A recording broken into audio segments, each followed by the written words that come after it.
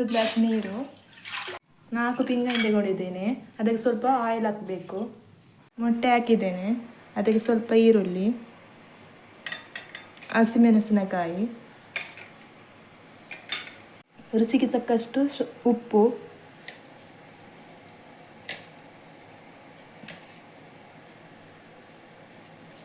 ಸ್ವಲ್ಪ ಅರಶಿನ, ಕೊತ್ತಂಬರಿ ಸೊಪ್ಪೊಂದು,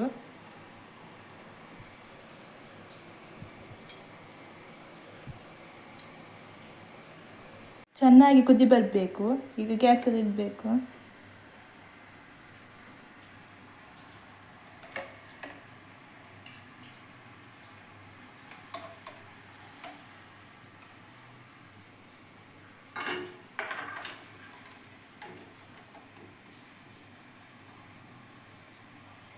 ನಿಮಿಷ ಬೇಯಿಸ್ಲಿಕ್ಕಿದ್ದು.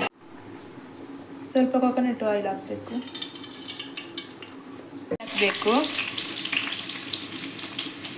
ಇದನ್ನು ಫ್ರೈ ಮಾಡಬೇಕು.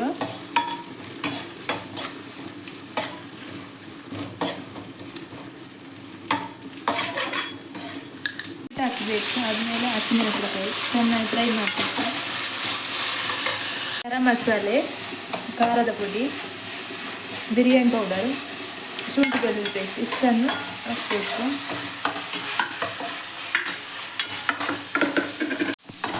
ಚೆನ್ನಾಗಿ ಫ್ರೈ ಮಾಡಬೇಕು. ಸ್ವಲ್ಪ ಅರಶಿನ, ರುಚಿಗೆ ತಕ್ಕಷ್ಟು ಉಪ್ಪು, ಚೆನ್ನಾಗಿ ಫ್ರೈ ಮಾಡಬೇಕು. ಹಾಕಬೇಕೀಗ. 4 ಮೊಟ್ಟೆಯನ್ನು ಹಾಕಿದ್ದೇನೆ. ಕೊತ್ತಂಬರಿ ಸೊಪ್ಪು ಹಾಕಬೇಕು. ಇಷ್ಟ ಆದರೆ ಲೈಕ್ ಮಾಡಿ, ಶೇರ್ ಮಾಡಿ ಆ್ಯಂಡ್ ಕಮೆಂಟ್ ಮಾಡಿ, ಸಬ್ಸ್ಕ್ರೈಬ್ ಮಾಡಿ ಪ್ರಮಿಸ್ ಶೆಟ್ಟಿ ಚಾನಲ್.